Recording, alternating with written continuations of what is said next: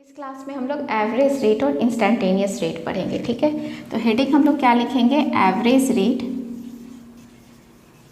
And instantaneous rate, instantaneous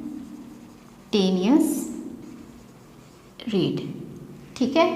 तो अब चलो एवरेज रेट के बारे में जानते हैं। एवरेज रेट किसको बोलते हैं, एवरेज रेट, ठीक है।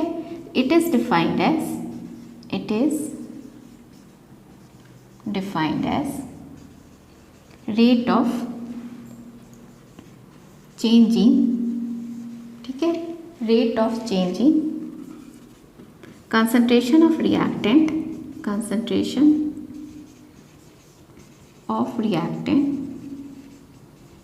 or product in a time interval,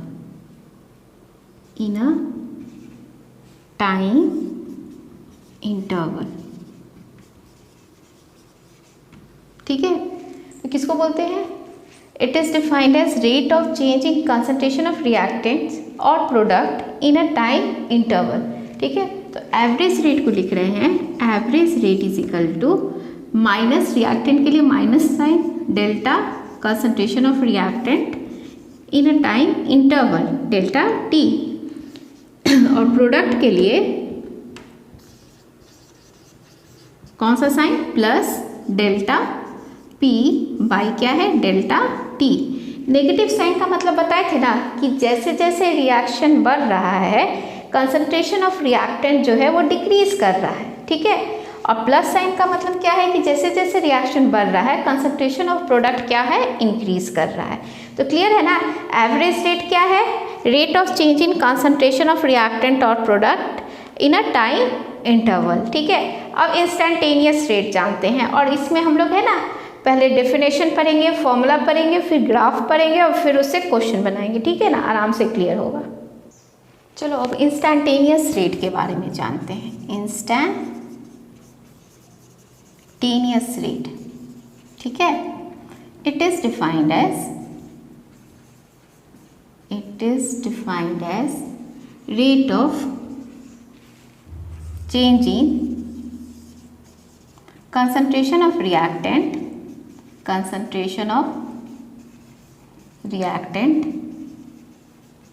or product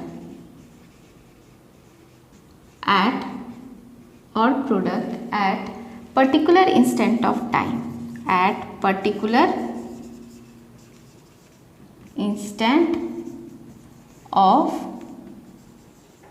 ठीक है। उसमें टाइम इंटरवल और इसमें क्या है, at a particular instant of time, यही अंतर है, ठीक है ना। ग्राफ से तो क्लियर हो जाएगा, और ठीक है ना डेफिनेशन। अब देखो इसको कैसे रिप्रेजेंट करते हैं, इंस्टेंटेनियस, ठीक है ना। देखो डेल्टा हो गया चेंज, डेल्टा आर लिखे थे ना, डेल्टा चेंज हो गया, फाइनल माइनस इनिशियल। इंस्टेंटेनियस है स्मॉल, एकदम कुछ समय का वो चेंज, तो उसको माइनस डी से कर रहे हैं, ठीक है ना, minus D R by D T, negative sign से मालूम ही है तुमको, ठीक है। और प्रोडक्ट के लिए क्या हो जाएगा, प्लस, ठीक है ना, डिफ्रेंसिएशन वाला लिए डी, ठीक है ना, स्मॉल चेंज दिखाना है ना इसीलिए, ठीक है। प्रोडक्ट के लिए प्लस साइन और रिएक्टेंट के लिए नेगेटिव साइन, ठीक है। अब चलो ग्राफ देखते हैं। चलो ग्राफ देखेंगे, एक रिएक्टेंट के लिए और एक प्रोडक्ट के लिए। तो ध्यान से जरा देखो, ठीक, यहाँ क्या लिखे, टाइम, इधर टाइम है और इधर है कंसंट्रेशन ऑफ रिएक्टेंट,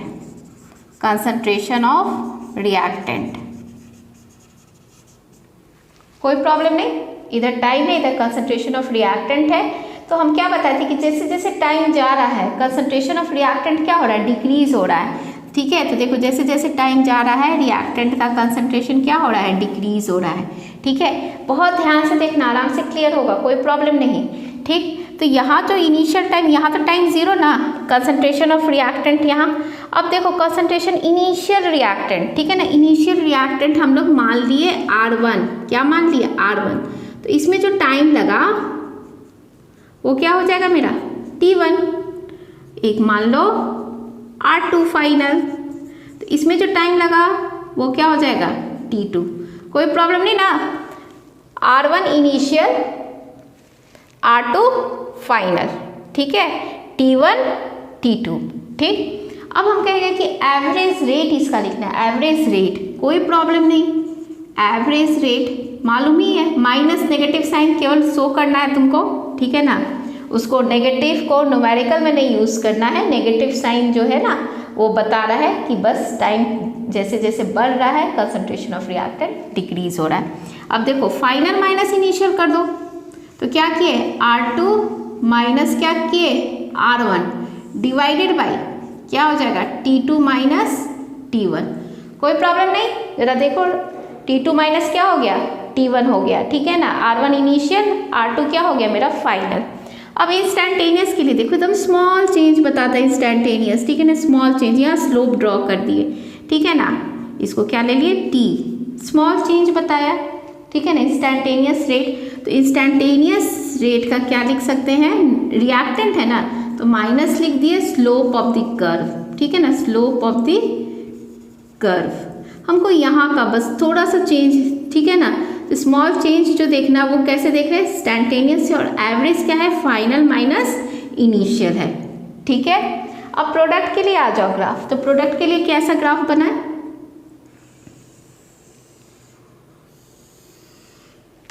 ठीक है, इधर क्या है मेरा टाइम, यहाँ क्या है concentration of product, concentration of product. तो क्या जानते हैं जैसे जैसे टाइम बढ़ रहा है प्रोडक्ट का कंसंट्रेशन क्या हो रहा है, इंक्रीज हो रहा है। तो इंक्रीज का ग्राफ कैसा बना है, देखो इंक्रीज हो रहा है। इनिशियल ले लो, इनिशियल ले लो P1, तो क्या लगा होगा T1, फाइनल ले लो P2, तो क्या लगा होगा T2, कोई प्रॉब्लम नहीं, T2 लगा, ठीक है।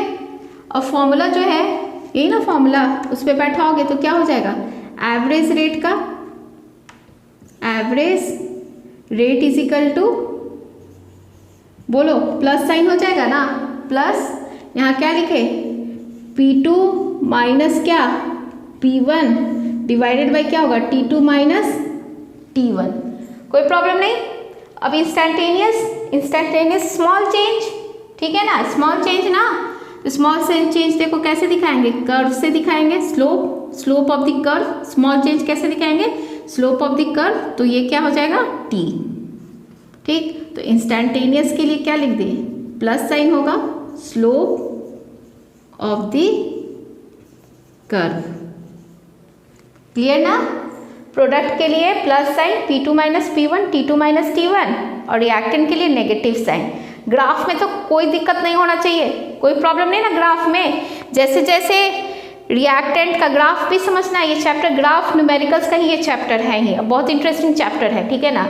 हर एक लेक्चर से तुम आराम से सारा क्वेश्चन करते जाओगे, ठीक। देखो जैसे जैसे कंसंट्रेशन ऑफ रिएक्टेंट, टाइम बढ़ रहा है तो कंसंट्रेशन ऑफ रिएक्टेंट डिक्रीज हो रहा है, तो डिक्रीज का ग्राफ मालूम, इनिशियल टाइम T, ठीक है ना, यहाँ टाइम क्या है 0। अब कंसंट्रेशन ऑफ रिएक्टेंट ले लो ना R1, तो इसका क्या ले लिए T1, R2 ले लो तो T2, R2 minus R1, T2 minus T1। Instantaneous rate at a particular instant of time, ठीक है ना, at a particular instant of time का ये जो चेंज हुआ, ठीक है, क्या है minus slope of the curve.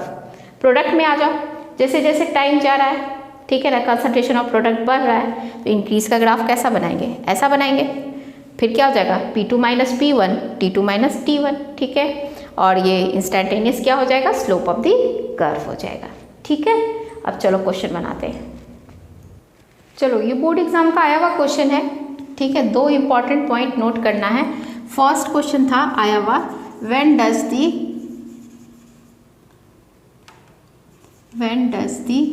ठीक है ना, कब है ना, average rate of reaction, when does the average rate of reaction becomes equal to, rate of reaction becomes equal to instantaneous rate, ठीक है। बहुत अच्छा क्वेश्चन है, एवरेज रेट कब इंस्टेंटेनियस रेट में चेंज हो जाएगा, तो जो टाइम इंटरवल था ना, टाइम इंटरवल एवरेज रेट की डेफिनेशन में लिखा था ना, time interval delta T, T2 minus T1। तो जब टाइम इंटरवल टेंस टू 0 हो जाएगा, ठीक है ना, एकदम स्मॉल चेंज होता है ना, time interval tends to 0, average rate becomes instantaneous rate. तो ये क्वेश्चन आया था, तो इसका आंसर हम लोग क्या लिखेंगे, बताओ आंसर क्या लिखे, कि व्हेन टाइम इंटरवल, जो बोल रहे हैं क्या, when time interval tends to 0, average rate becomes instantaneous rate, instantaneous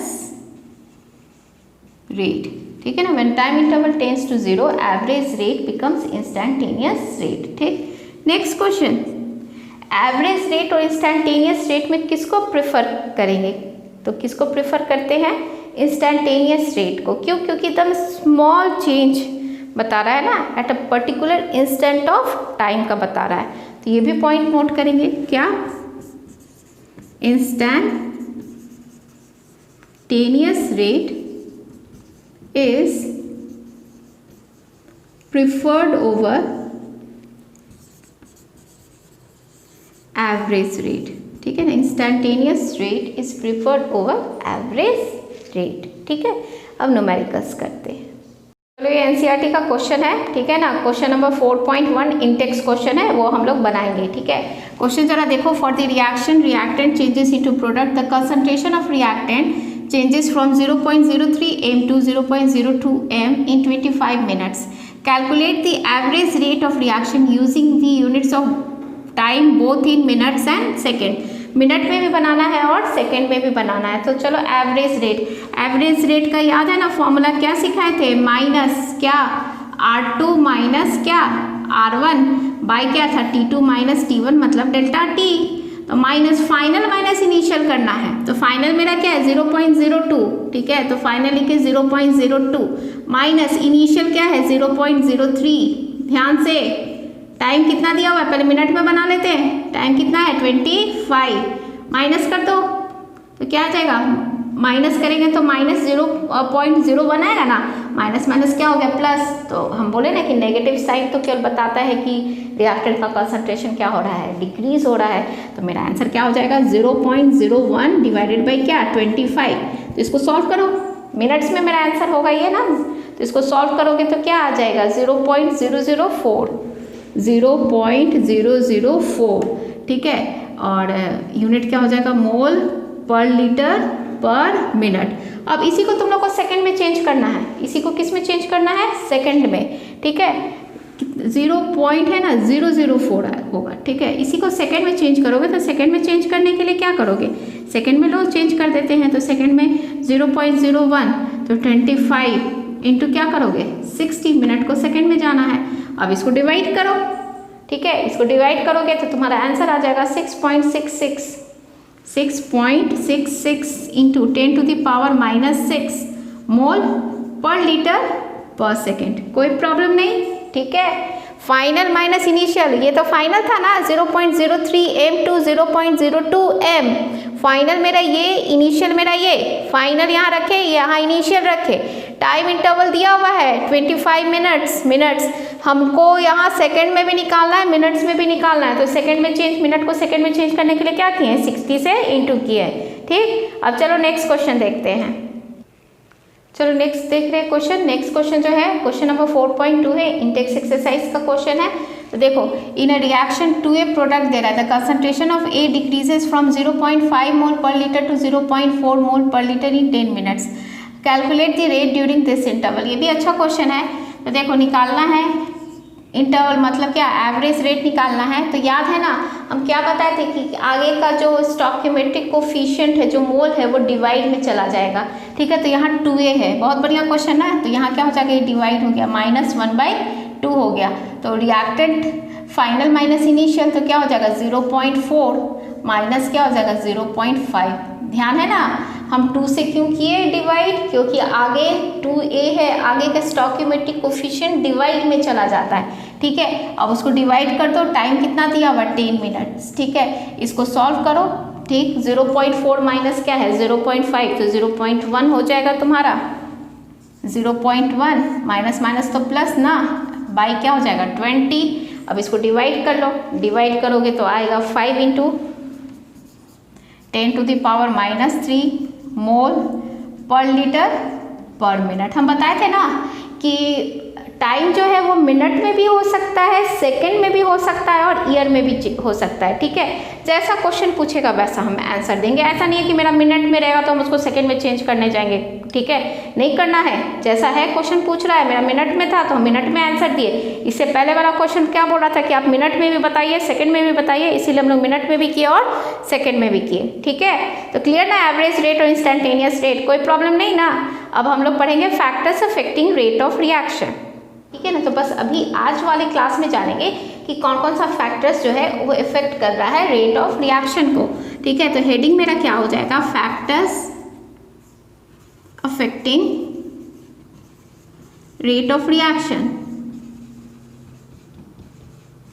ठीक है। सारा पॉइंट को बस समझना है। तो फर्स्ट है मेरा इफेक्ट ऑफ कंसंट्रेशन। फर्स्ट क्या है, इफेक्ट ऑफ कंसंट्रेशन। देखो ये रेट फॉर्मूला से घबराना नहीं, जस्ट आगे हमको पढ़ाना है। ए और एन, प्रोपोर्शनल का साइन हटाए तो कांस्टेंट लग गया। ए रिएक्टेंट है और एन तो तुमको पता ही है ना कि जो क्या कहते हैं आगे का स्टोइकियोमेट्रिक कोफिशिएंट होता है उसको रेज करते हैं, ठीक है ना। तो इसके बारे में भी हमको बताना है कि कौन सा स्टोइकियोमेट्रिक कोफिशिएंट कैसा लेते हैं, ठीक है ना। तो बस यहाँ पे ये जानो ना, ए कंसंट्रेशन ऑफ रिएक्टेंट, तो जैसे जैसे ए का कंसंट्रेशन बढ़ाओगे रेट ऑफ रिएक्शन क्या होगा, बढ़ेगा। तो हम क्या लिखते हैं यहाँ पे, on increasing concentration of reactant, on increasing concentration of reactant,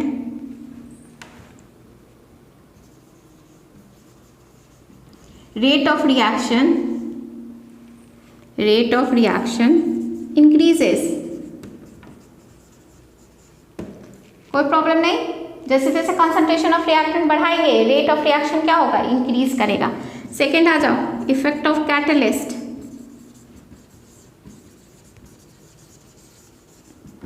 catalyst दो तरह का होता है, पॉजिटिव कैटलिस्ट होता है जो रेट ऑफ रिएक्शन को बढ़ा देता है, negative catalyst rate of reaction को घटा देता है, डिक्रीज कर देता है। तो हम क्या लिखते हैं यहाँ पे, in the presence of positive catalyst, ठीक है, in the presence of positive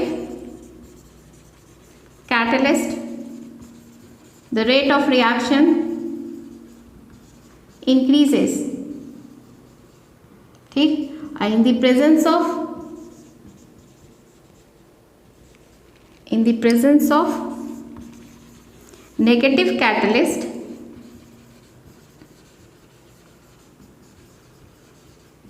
rate of reaction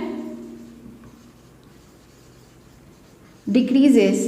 board exam वाला बच्चा सब तो पूरा अच्छे से इसको थ्योरी तो जानेगा ही ना, क्योंकि पूछेगा अगर फैक्टर्स अफेक्टिंग तो हमको लिख के बताना है सारा कौन कौन सा फैक्टर्स है। और कंपटीशन वाला नहीं सोचना कि ये थ्योरी है तो हमको नहीं पूछेगा, पूछ सकता है कि रेट ऑफ रिएक्शन पे किसका किसका इफेक्ट होता है, टेम्परेचर का, कंसंट्रेशन का, ऐसे ऑप्शन दे देगा, ठीक है।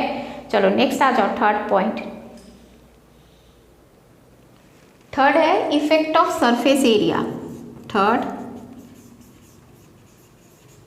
Effect of surface area. जैसे जैसे सरफेस एरिया बढ़ाएंगे तो कोलिजन फ्रीक्वेंसी क्या होगा, इंक्रीज करेगा, तो रेट ऑफ रिएक्शन भी क्या होगा, इंक्रीज करेगा। अब कोलिजन फ्रीक्वेंसी वर्ड जो है वो इस चैप्टर में फिर आगे पढ़ना है। तो बस इतना जाने ना कि सरफेस एरिया बढ़ाने से रेट ऑफ रिएक्शन क्या होता है, इंक्रीज करता है। तो देखो हम लिख रहे हैं, ऑन इंक्रीजिंग सरफेस एरिया, ठीक है ना, surface area rate of reaction increases because, क्यों, कोलिजन फ्रीक्वेंसी इंक्रीजेस। कोई प्रॉब्लम नहीं, जैसे जैसे हम सरफेस एरिया बढ़ा रहे हैं तो कोलिजन फ्रीक्वेंसी भी क्या हो रहा है, इंक्रीज कर रहा है, तो रेट ऑफ रिएक्शन भी क्या होगा, इंक्रीज करेगा। फोर्थ आ जाओ, इफेक्ट ऑफ टेम्परेचर, बहुत इंपॉर्टेंट पॉइंट। रिएक्शन तो एक्सोथर्मिक भी होता है, एंडोथर्मिक भी होता है। एक्सोथर्मिक किसको बोलते हैं? जो हीट को इवॉल्व करता है। एंडोथर्मिक किसको बोलते हैं? जो हीट को एब्जॉर्ब करता है। पर टेम्परेचर बढ़ाएंगे, चाहे वो एक्सोथर्मिक हो चाहे वो एंडोथर्मिक हो, रेट ऑफ रिएक्शन जो है वो हमेशा इंक्रीज करेगा। तो इसमें हम क्या दिखाने वाले हैं? On increasing temperature rate of reaction, on increasing temperature, ठीक है ना, on increasing temperature rate of reaction increases whether it is exothermic or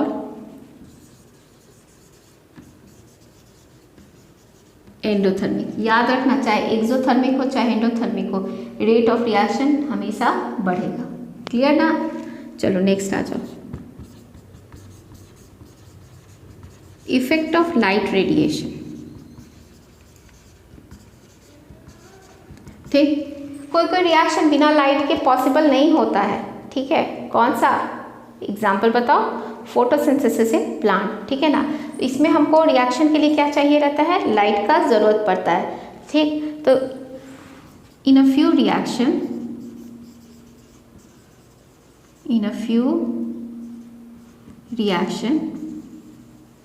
reactant molecules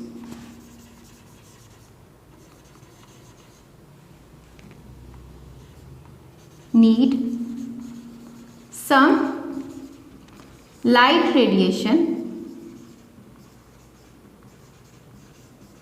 for the fulfillment of extra energy. So rate of reaction increases. Example, photosynthesis in plant.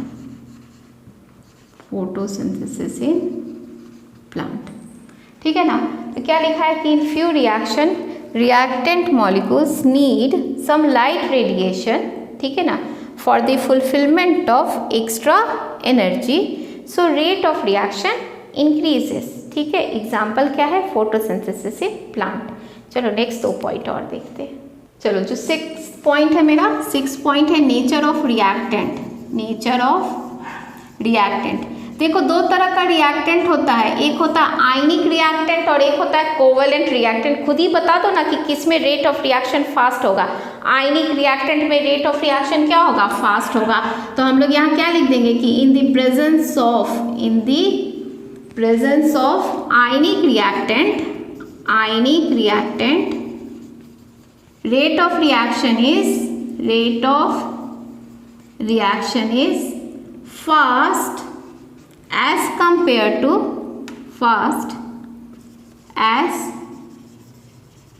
compared to covalent reactant। कोई problem नहीं, ठीक है। आयनिक reaction तो ऐसे भी fast होता है, ठीक है। चलो नेक्स्ट आ जाओ, लास्ट पॉइंट है मेरा नेचर ऑफ सॉल्वेंट। सॉल्वेंट का 2 तरह का नेचर होता है, एक पोलर और एक नॉन पोलर। किसमें रेट ऑफ रिएक्शन फास्ट होगा? पोलर में रेट ऑफ रिएक्शन फास्ट होगा। तो हम लोग क्या लिखते हैं? In the presence of polar solvent rate of reaction is fast as compared to non-polar solvent।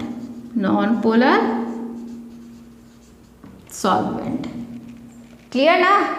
तो हम लोग ये 7 फैक्टर्स पढ़े जो रेट ऑफ रिएक्शन को इफेक्ट कर रहा है। फर्स्ट था कंसंट्रेशन। जैसे जैसे कंसंट्रेशन को बढ़ाएंगे रेट ऑफ रिएक्शन क्या होगा? बढ़ेगा। सेकेंड क्या था, catalyst, in the presence of positive catalyst rate of reaction increases, negative catalyst rate of reaction decreases, ठीक है ना। थर्ड आ जाओ, थर्ड क्या था, effect of surface area. Surface area जैसे जैसे बढ़ाएंगे कोलिजन फ्रीक्वेंसी इंक्रीज करेगा तो रेट ऑफ रिएक्शन भी क्या होगा, इंक्रीज करेगा, ठीक है। फिर उसके बाद फोर्थ में आ जाओ, फोर्थ में क्या था, इफेक्ट ऑफ टेम्परेचर, ठीक है ना, चाहे एक्सोथर्मिक हो चाहे एंडोथर्मिक हो, जब भी टेम्परेचर बढ़ाएंगे तो rate of reaction always increases, ठीक है। फिर था इफेक्ट ऑफ लाइट रेडिएशन, कोई कोई ऐसा रिएक्शन है बिना लाइट के पॉसिबल नहीं है, एग्जाम्पल क्या था, फोटोसिंथेसिस इन प्लांट, ठीक है। नेक्स्ट क्या है, इफेक्ट नेचर ऑफ सॉल्वेंट और नेचर ऑफ रिएक्टेंट। तो अगर पोलर है सॉल्वेंट, अगर पोलर है तो रेट ऑफ रिएक्शन क्या होगा, फास्ट होगा, और रिएक्टेंट का नेचर आयनिक होगा तो रेट ऑफ रिएक्शन भी क्या होगा, फास्ट होगा। तो हम लोग नेक्स्ट क्लास में पढ़ने जा रहे हैं इफेक्ट ऑफ कंसंट्रेशन। ये सारे पॉइंट को हम लोग है ना इस चैप्टर में डील करते हैं, ठीक है। तो चलो नेक्स्ट क्लास में हम लोग क्या पढ़ेंगे, effect of concentration, order and molecularity, ठीक।